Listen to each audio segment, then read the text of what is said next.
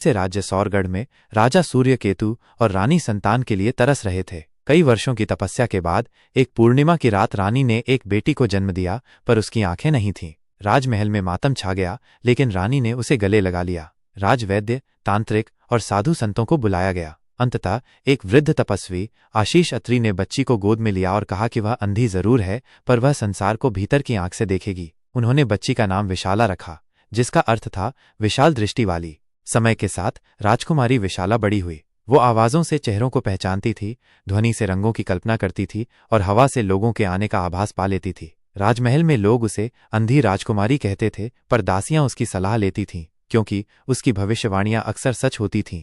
16 साल की उम्र में विशाला ने अपनी मां से कहा कि पूर्व दिशा से एक नया राजा आएगा जो उसके भाग्य का फैसला करेगा।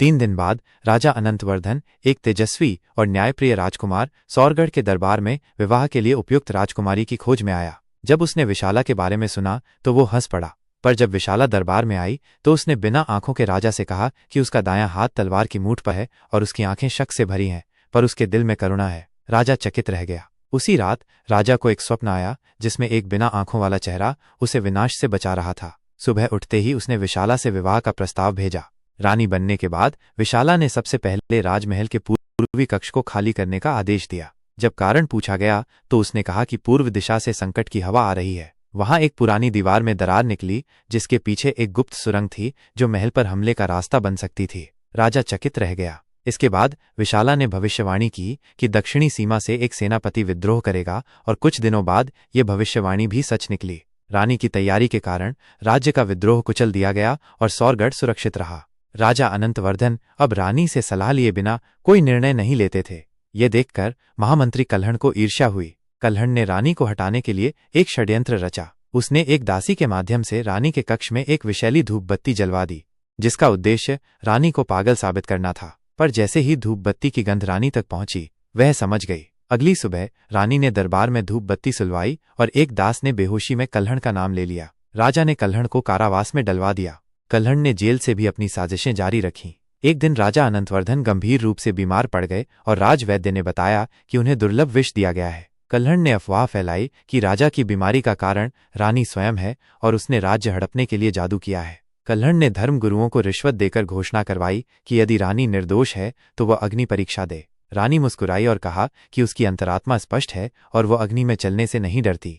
महल के प्रांगण में हजारों की भीड़ के सामने रानी सफेद साड़ी में अग्नि पर चलने लगी। वो बिना डरे सीधे और संतुलित कदमों से अग्नि पर चलती गई, और जैसे ही आखिरी लकड़ी पार हुई, आग बुझ गई। रानी को एक भी खरोंच नहीं आई और आकाश से हल्की वर्षा शुरू हो गई। लोग चिल्ला उठे, ये देवी है, ये सच्ची रानी है। राजा की आंखों से आंसू बह निकले और उसने बिस्तर से उठकर रानी का हाथ थाम लिया। राजा धीरे धीरे ठीक होने लगा। ये तो केवल शुरुआत थी। कल्हण ने अब एक नकली अंधी लड़की तैयार की, जिसने दावा किया कि वही असली रानी विशाला है। दरबार में हड़कंप मच गया। राजा ने न्याय के लिए सभा बुलाई और दोनों रानियों से एक प्रश्न पूछा, मेरी दाईं हथेली में कौन सा निशान है? पहली रानी असली विशाला ने मुस्कुराते हुए कहा कि उसे दिखता नहीं, पर राजा की हथेली में एक पुराने युद्ध का घाव है जो बारिश में दुखता है। दूसरी स्त्री चुप रही। फिर राजा ने उन्हें वीणा दी और अपना प्रिय राग छेड़ने को कहा। पहली रानी ने वीणा उठाई और राग मल्हार में ऐसी धुन छेड़ी कि पूरा दरबार मौन हो गया। दूसरी स्त्री कांप गई और वीणा नहीं बजा पाई। सब समझ गए कि ये कल्हण की चाल थी। राजा ने रोते हुए कहा, तुम मेरी आंखें नहीं देख सकती विशाला, पर तुमने मुझे देखना सिखाया है। महामंत्री कल्हण को अब अंतिम सजा दी जानी थी, पर रानी विशाला ने हाथ जोड़कर कहा कि उसे कारावास में नहीं बल्कि जीवन भर दरबार के बाहर बिठाया जाए, ताकि उसे हर दिन रानी के नाम की जय सुनाई दे। राज्य में शांति लौट आई थी और रानी विशाला की ख्याति दूर दूर तक फैल चुकी थी। लोग उसे नेत्रहीन नहीं, अंतर्यामी रानी कहने लगे थे। एक दिन राजा अनंतवर्धन ने रानी से पूछा कि उसकी आंखें क्यों नहीं हैं। रानी ने पहले संकोच किया, फिर बताया कि उसका जन्म एक साधारण किसान परिवार में हुआ था और उसका नाम यामिनी था। वो बचपन से ही असाधारण बातें देख सकती थी। गांव के लोग डरने लगे और एक धूर्त तांत्रिक ने उसे देवी मानकर उसकी आंखें मांगी। माता पिता ने डरकर उसकी आंखें स्वयं निकाल दीं। उसी रात एक बूढ़ी साध्वी ने उसकी आंखों की जगह माथे पर स्पर्श किया और कहा, तू अब दुनिया को भीतर से देखेगी। साध्वी ने उसका नाम विशाला रखा। राजा की आंखें भर आईं। तभी एक चमत्कार हुआ। रानी की आंखों की जगह से एक हल्का सुनहरा प्रकाश निकला, जैसे 2 कमल की पंखुड़ियां धीरे धीरे खुल रही हों। रानी की आंखें नहीं लौटीं, पर वो सब कुछ देखने लगी जो भविष्य में आने वाला था। यह दृष्टि आम आंखों से नहीं थी, बल्कि समय के पर्दे के पार देखने वाली दिव्य दृष्टि थी। एक शाम रानी विशाला ने भविष्यवाणी की कि 3 दिन बाद महल की पूर्व दिशा से धुआं उठेगा और काले घोड़ों पर सवार पुरुष आएंगे। राजा ने तुरंत सैनिकों को तैयार किया। तीसरे दिन काले घोड़ों पर 3 अजनबी पकड़े गए जो महल में घुसने की योजना बना रहे थे। पर रानी ने यह भी कहा था कि जो खतरा भीतर से उठता है वह अधिक विनाशकारी होता है। रानी विशाला ने मौन दरबार की प्रथा शुरू की, जहां हर मंत्री बिना बोले अपनी साप्ताहिक रिपोर्ट देता था। धीरे धीरे रानी ने भीतर के सांप की पहचान की। वह था महल का सबसे भरोसेमंद मंत्री भृगु। भृगु राज्य के राज दुश्मनों को बेच रहा था। रानी ने उसे शाही सभा में बुलाया और उसकी चाल को उजागर किया। भृगु ने बचाव किया, पर रानी ने उसकी झूठी बातों का पर्दाफाश कर दिया और राजा ने उसे कारागार भेज दिया। इसके बाद रानी को पता चला कि महल के एक और वरिष्ठ अधिकारी चंद्रसेन असामाजिक गतिविधियों में लिप्त है। चंद्रसेन रानी का खुलकर विरोध कर रहा था, पर रानी ने मौन दरबार की प्रथा को और मजबूत किया और चंद्रसेन के खिलाफ सबूत इकट्ठे किए। रानी ने चंद्रसेन को चुनौती दी कि विश्वास दिल से आता है, आंखों से नहीं।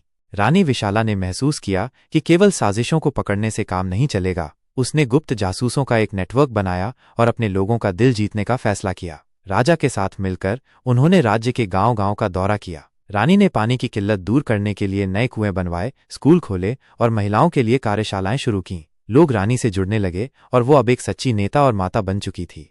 शांति और समृद्धि के दिनों के बीच एक शक्तिशाली पड़ोसी राज्य के सेनापति विक्रमादित्य ने रानी की कमजोरी को उसकी अंधता के रूप में देखा और हमला करने की साजिश रची। रानी ने तुरंत अपनी सेना को संगठित किया और अपनी दिव्य दृष्टि का उपयोग करके रणनीति बनाई। जब विक्रमादित्य की सेना महल की ओर बढ़ी तो रानी की योजनाओं ने उन्हें हरा दिया। बिना ज्यादा खून खराबे के विक्रमादित्य को हार स्वीकार करनी पड़ी।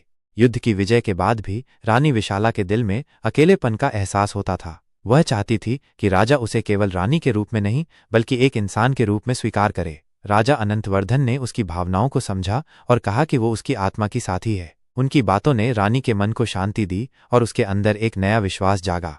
एक दिन एक वृद्ध साधु महल में आया और उसने रानी को उसकी आंखें लौटाने का एक अवसर दिया, पर इसके लिए उसे एक कठिन परीक्षा से गुजरना था। साधु ने बताया कि उसे एक पवित्र झरने के पास जाना होगा जो केवल पूर्णिमा की रात को जलता है, और वहां अपने दिल की सारी निष्ठा और सच्चाई झरने में समर्पित करनी होगी। पूर्णिमा की रात रानी विशाला ने झरने के पास जाकर अपने दिल से कहा कि उसकी आंखें उसकी जनता के लिए लौटें। झरने का पानी चमक उठा और एक चमकीली रोशनी ने रानी को घेर लिया। जब रोशनी छटी तो सबने देखा कि रानी की आंखों में चमक वापस आ गई थी। उसने अपनी नई मिली दृष्टि से आसपास के पेड़, फूल और चांद को देखा और खुशी के आंसू बहा दिए। राजा ने हर्षित होकर कहा, विशाला, तुम्हारी दृढ़ता और विश्वास ने यह चमत्कार संभव किया। रानी ने मुस्कुराते हुए कहा, यह आंखें मेरी नहीं, ये तो मेरे लोगों की है। रानी विशाला की आंखें लौट आईं, पर उनके दिल में पहले जैसी दया, साहस और नेतृत्व की भावना ज्यों की त्यों थी। उनका राज्य खुशहाल और शांतिपूर्ण बना, जहां हर कोई सम्मान और प्रेम के साथ रहता था। रानी विशाला ने सिखाया कि असली दृष्टि आंखों से नहीं, बल्कि दिल से होती है। उनकी कहानी एक प्रेरणा बन गई जो बताती है कि चाहे कितनी भी अंधकार हो, उम्मीद की किरण हमेशा चमकती रहती है। क्या आप रानी विशाला के जीवन के किसी विशेष पहलू के बारे में और जानना चाहेंगे?